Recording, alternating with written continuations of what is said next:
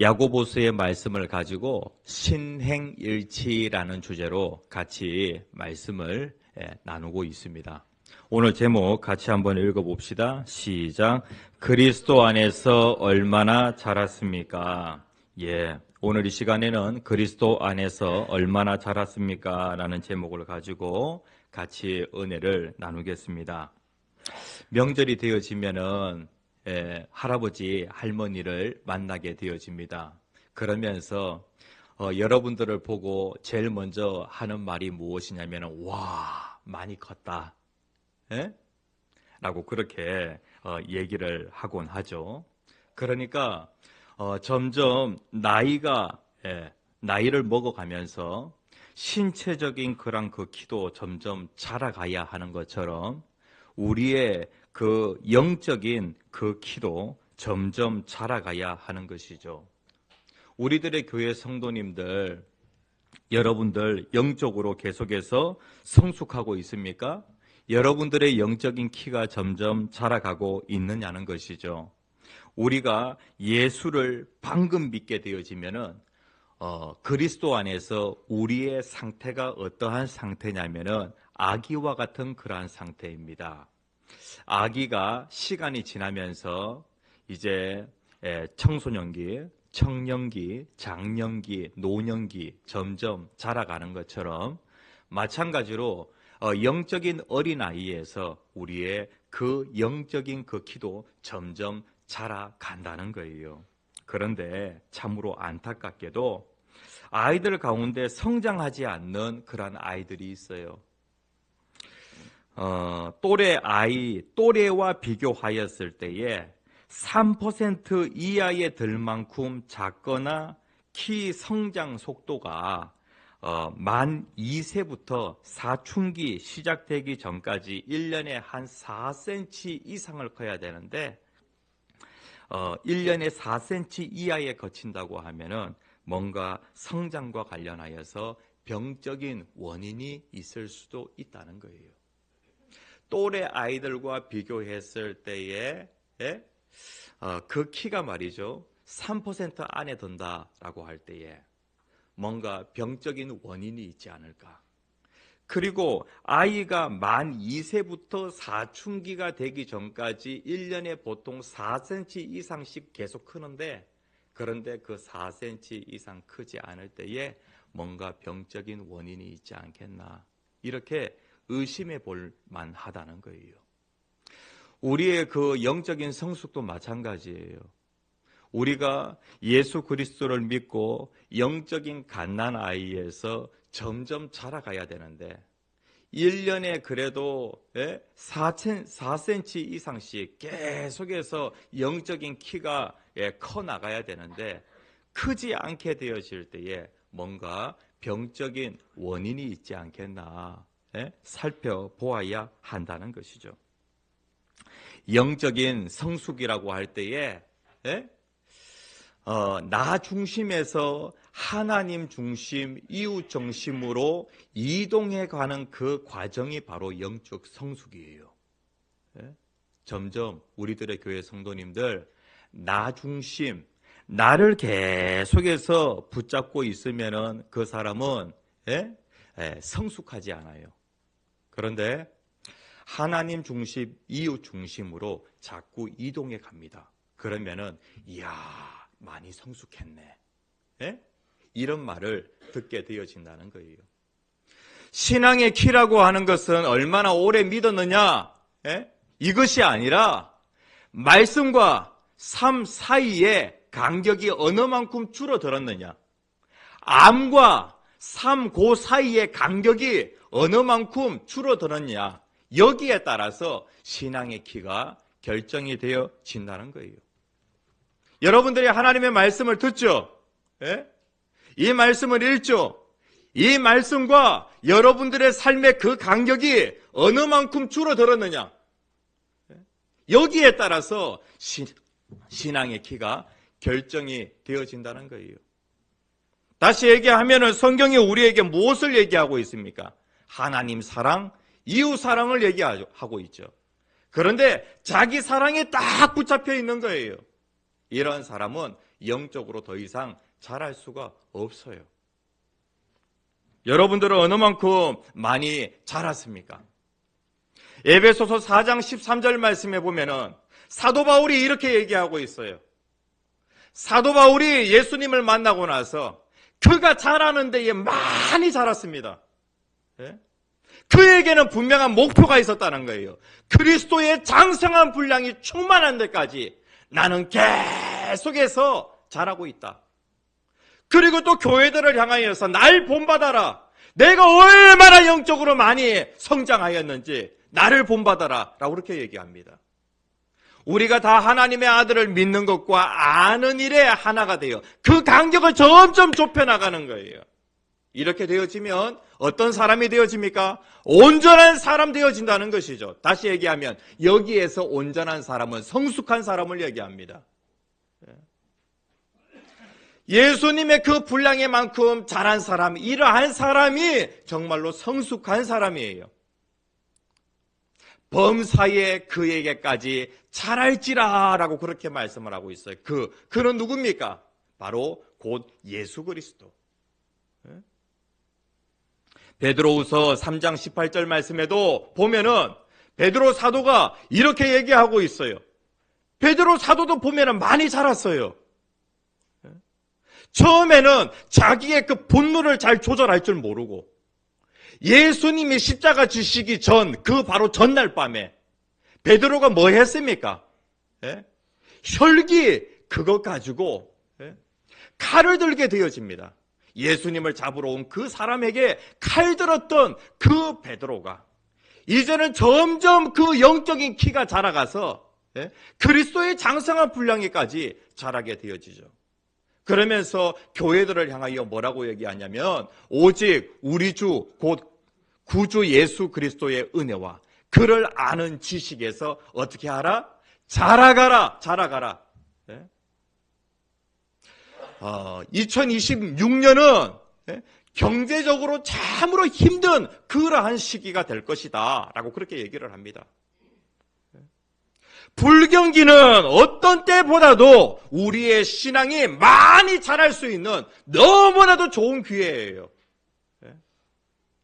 세상의 욕심을 좀 내려놓고 내가 그동안 세상에 취하여서 영적인 성장에 게을렀구나. 믿음의 그릇을 키워야지. 영적인 그릇을 키워야지. 이러한 그 마음으로 2026년에는 영적인 키가 많이 자랐으면 좋겠어요. 영적 성숙의 세 가지 증거가 있어요. 영적으로 성숙하다라고 한다면은 이러한 삶이 나타난다는 것이죠.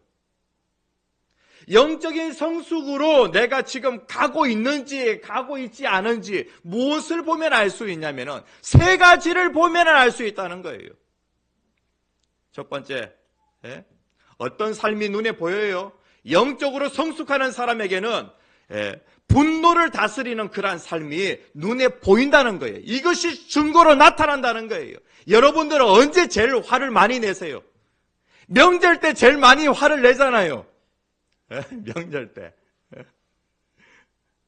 야, 내가 영적으로 어느 만큼 성숙했는지 월, 화, 수 이번 그 설 명절 그 기간 동안에 여러분들은 시험을 치게 되어집니다.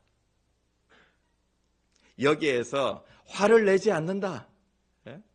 그러면은 야, 내가 영적으로 많이 성숙했네. 그렇게 확인되어진다는 거예요. 이런 얘기를 들을 때에 이번 명절에 이런 말을 듣게 되어질 때에 분노 조절을 잘 하셔야 됩니다. 마음을 잘 다스려야 돼요. 누구네 집 자식은 이번에 어느 대학 갔다더라.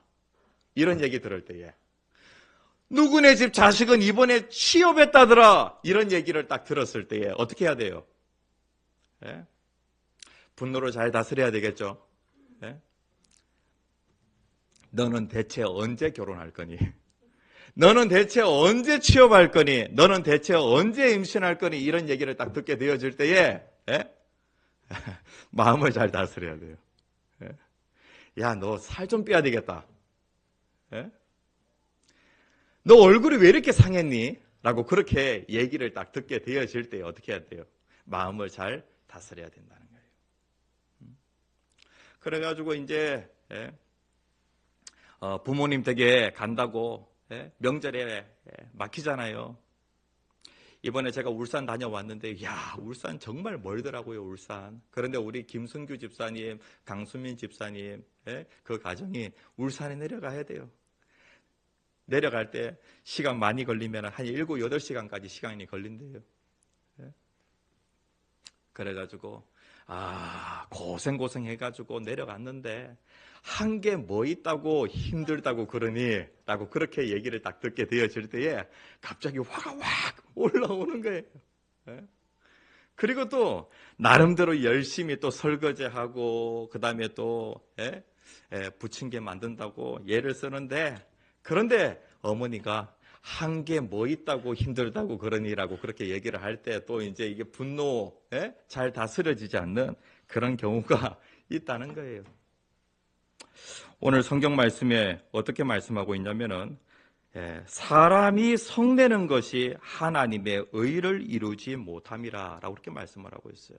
사람이 성을 내면은요 마음의 그 평정심을 잃어버리게 되어져요. 그리고 사람이 화를 내게 되어지면 마음이 황폐화되어집니다. 그래서 하나님의 의를 이루지 못한다라고 그렇게 말씀하고 있어요. 분노의 지배를 받는 사람은 하나님의 지배를 받기 어렵기 때문에 성내지 말라라고 그렇게 말씀을 하고 있어요. 그래서 듣기는 속히 하고 말하기는 더디하며 성내기도 어떻게 하라고요? 더디하라. 속히 해야 될 거는 뭐예요? 듣는 거. 듣는 거는 속히 하고 말하는 거, 성내는 거, 이러한 것들 더디하라라고 그렇게 말씀을 하고 있어요. 이 그 알렉산더 대왕이 있잖아요. 이 알렉산더 대왕에게는 친구이자 그리고 자기의 충성스러운 부하인 클레토스라고 하는 장군이 있었어요. 알렉산더 대왕이 유럽을 정복하게 되어집니다. 더 이상 정복할 땅이 없다라고 말할 정도로 정복의 영웅이에요. 그런데 한 번은 이 알렉산더 대왕이 술에 취해 있었습니다. 그런데 그때에 이 클레토스라고 하는 이 사람이 알렉산더 대왕을 모욕하는 발언을 하는 거예요. 이때에 알렉산더 대왕이 순간적으로 화를 내게 되어집니다. 그러면서 병사의 창을 빼앗아 가지고 그 창을 누구를 향해서 던지게 되어지냐면은 자기의 친구이자 충성스러운 부하 클레토스 장군을 향하여 그 창을 던지게 되어집니다. 그러면서 그 장군이 죽게 되어지죠. 그것을 두고 알렉산더 대왕이 두고두고 후회하게 되어집니다. 죽는 그 순간에도 후회하게 되어지죠. 그는 온 세상을 정복했습니다. 그런데 자기 마음속에 있는 무엇을 다스리지 못했죠? 분노를 다스리지 못한 거예요. 잠언 16장 32절 말씀에 보면은 같이 한번 읽어봅시다. 시작. 노하기를 더디하는 자는 용사보다 낫고 자기의 마음을 다스리는 자는 성을 빼앗는 자보다 나으니라. 알렉산더 대왕이 유럽을 정복하였지만 자기의 마음을 정복하지 못했어요. 분노로 인해 가지고. 성경에 보면은 분노하는 것 그것이 죄냐? 분노하는 건 죄가 아니에요. 그런데 분노를 다스리지 못하는 것이 죄가 되어집니다.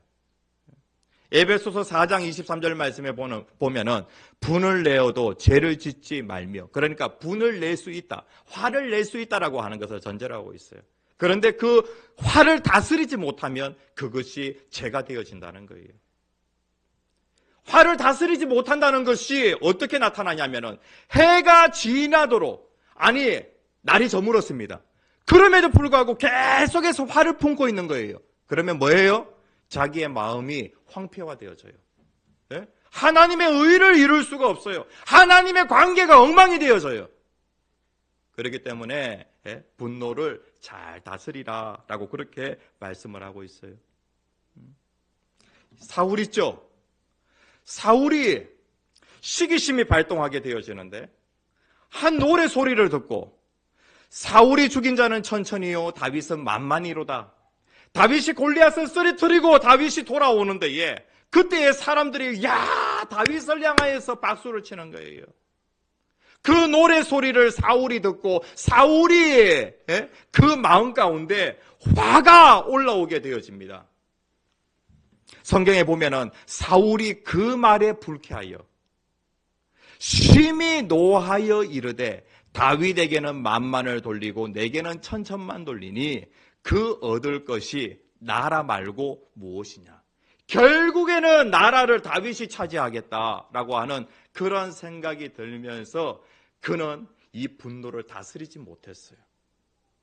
사울이 분노를 다스리지 못하니까 어떻게 되어지냐면은 그 분노로 인하여서 누구를 향하여 창을 던집니까?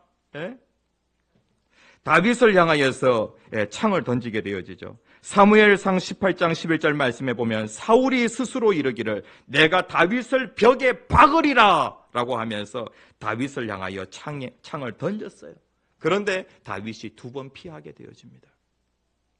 그리고 또 이 분노를 또 다스리지 못하니까 분노가 점점 폭발하는데 나중에는 통제불능의 상태에 이르게 되어집니다. 심지어 자기의 사랑하는 아들 요나단을 향하여서 요나단이 아버지에게 가서 아버지 다윗이 무슨 죄가 있다고 다윗을 자꾸 죽이려고 합니까? 라고 그렇게 얘기를 하니까 자기 아들이 다윗을 두둔했다고 다윗을 변호했다고 그 자기의 아들 요나단을 향하여서 창을 던지는 거예요. 그리고 결국에는 이 분노 다스리지 못해가지고 광기 어린 그런 그 분노로 죄 없는 사람을 학살하는 데까지 나아가게 되어집니다. 누구를 학살해요? 제사장 85명. 이들이 다윗을 도와주었다라고 하는 그것 때문에 너무 화가 나가지고 85명의 제사장을 싹 다 죽여버립니다.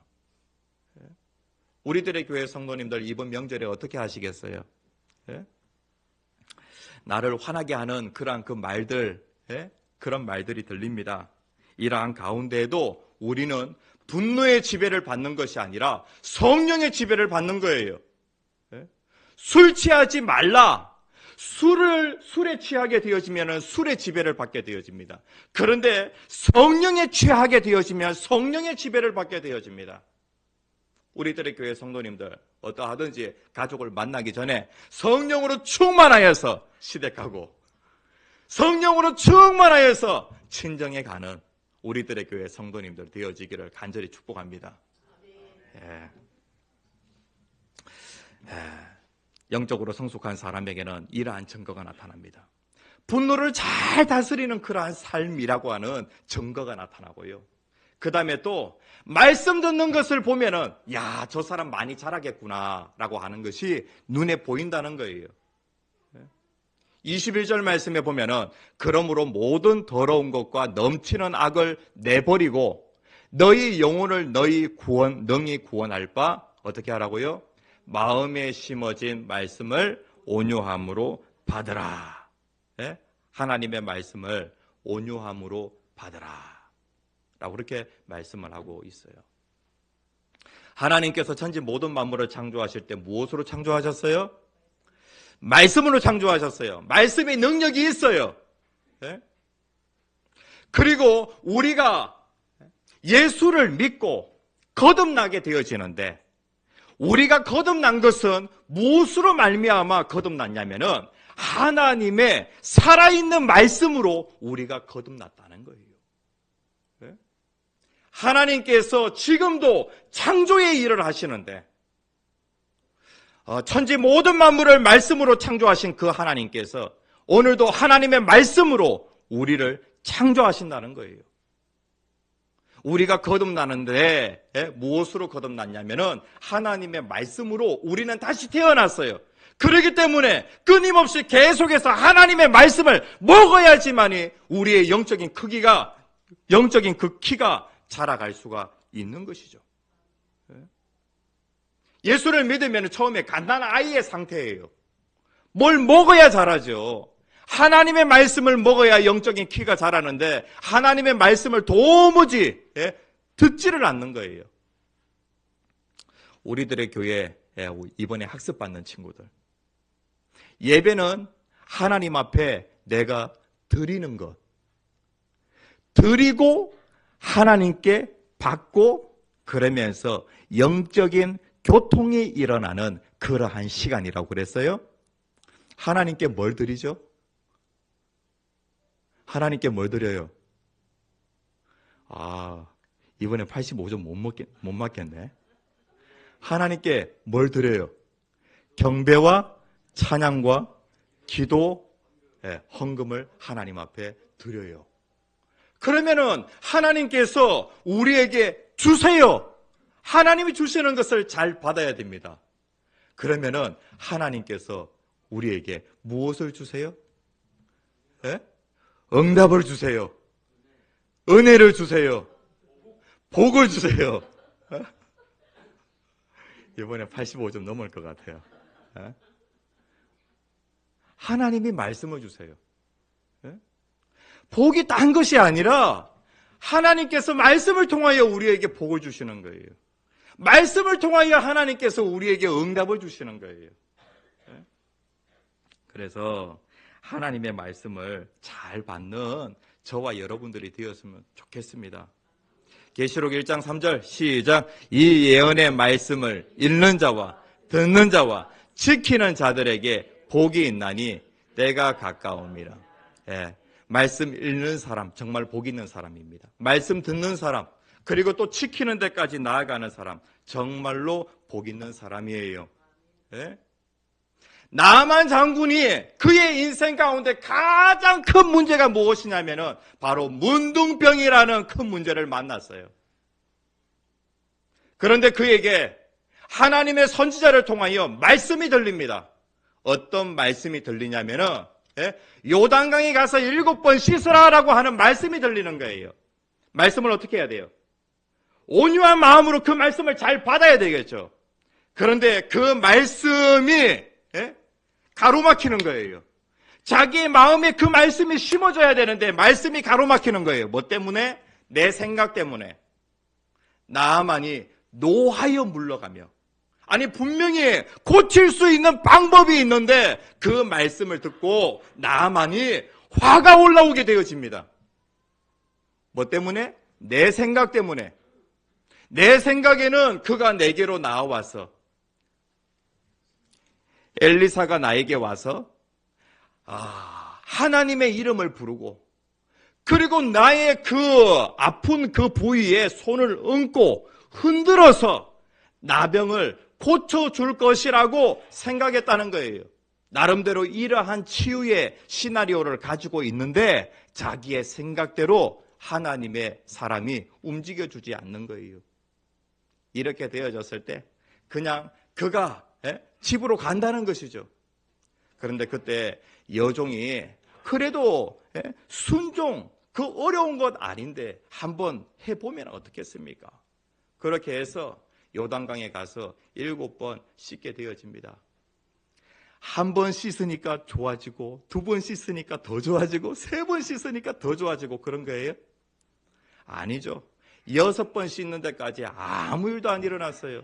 그런데 7번 씻으니까 그 순종의 임계점이라고 하는 것이 있는데 하나님의 말씀을 받아요.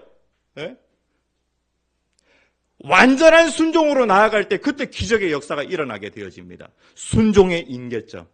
물이 그냥 아무 때나 끓어요. 가스불 켰다고 그냥 끓어요. 100도가 되어야 물이 끓잖아요. 마찬가지로 순종의 임계점이라고 하는 게 있어요. 7번 들어갔다 나오니까 나병이 깨끗하게 낫게 되어집니다. 같이 한번 읽어봅시다. 열왕기하 5장 14절 시작. 나아만이 이에 내려가서 하나님의 사람의 말대로 요단강에 7번 몸을 잠그니 그의 살이 어린아이의 살같이 회복되어 깨끗하게 되었더라. 하나님의 말씀은 이렇게 받아야 되는 거예요. 자기의 마음밭에 심어야 되는 거예요. 그래야 그것이 자기에게 복이 되어져요. 말씀을 어디까지 가야 되냐면은 실천하는 데까지 끌고 가는 거예요. 그러면 반드시 영적으로 자랍니다. 듣기만 하여서. 듣는 것으로 끝마치면 자기를 속이는 사람이 되어집니다. 아니, 거울을 봤으면 자기의 그런 일그러진 모습을 보게 되어지죠. 그러면 거울을 봤으면 자기의 일그러진 그런 모습을 보았으면 뭔가 고쳐야 될 거 아니에요? 하나님의 말씀이라고 하는 거울을 딱 봤어요. 그래가지고 자기의 그런 그 일그러진 모습을 발견하게 되어집니다. 그러면 어떠하든지 하나님의 말씀을 가지고 순종하는 데까지 나아가야 되지 않겠습니까? 그 말씀이 바로 22절에서 24절까지에 있는 내용이에요. 말씀이 축복이 되려고 하면 말씀을 삶까지 끌고 가야 되는 거예요.